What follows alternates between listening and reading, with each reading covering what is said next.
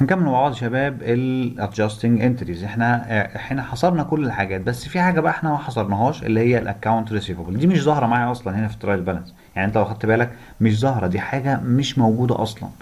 فانا هجيبها ازاي؟ فانا لازم دي حاجه بقى انا ببقى في الشغل ببقى عارفها، فهقوم كاتبها هنا اضيفها واتاكد منها كل شهر هو في حاجه زي كده ولا مفيش. يبقى في هنا اكونت ريسيفبل.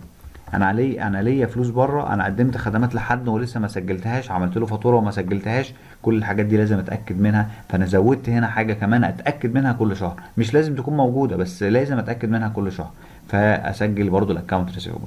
اجي بقى هنا اروح اعمل الادجستنج انتري. انا قال لك ان في عندي قيد رقم 14 يوم برضو 31 12 31 اكتوبر.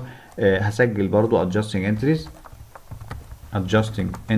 entry for service revenue provided in account على الحساب. فانا ما عنديش حساب اسمه account receivable، فهقوم جاي مزود حساب اسمه account. ممكن تزوده هنا بعد الكاش على طول عادي، يعني تزوده مكان ما تزوده. طبعا التقسيمه بتاعه الاصول هنعرفها قدام، يعني احنا مش بنقسم الاصول كده اعتباطا نحط الكاش جنب الاكويبمنت جنب البريفيدنشال، لا، بنحطها بشكل معين بس مش وقته. انا عايزك بس تركز في عمليه التسجيل بتتم ازاي. فنروح نجي عاملين كده ونعمل انسيرت اهو، او كنترول زائد ايا كان، ونقوم جاي مزودين حساب نسميه account receivable. account receivable.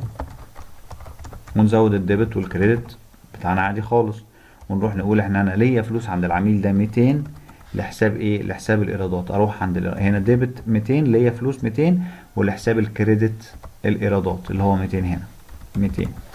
طيب الايرادات موجود، يبقى انا لازم اروح ازود هناك ايه؟ ازود في الترايل بالانس او الميزان المراجعه حساب الاكونت ريسيفبل. بس قبل ما اعمل كده لازم اخد دول الاربعه دول كوبي احطهم هنا كنترول في، واروح اعمل هنا حساب جديد في الترايل بالانس. ازود هنا تحت الكاش او اعمل هنا كده، واقوم جاي عامل كنترول زائد زودت الكولوم، او اعمل كليك يمين واعمل انسيرت. انا بلخص بنعمل كنترول زائد اسهل.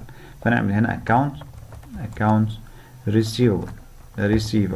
او بدل ما انا اكتبه بروح اضغط هنا زائد واروح اسمعه بايدي، افضل حاجه كده account receivable اهي.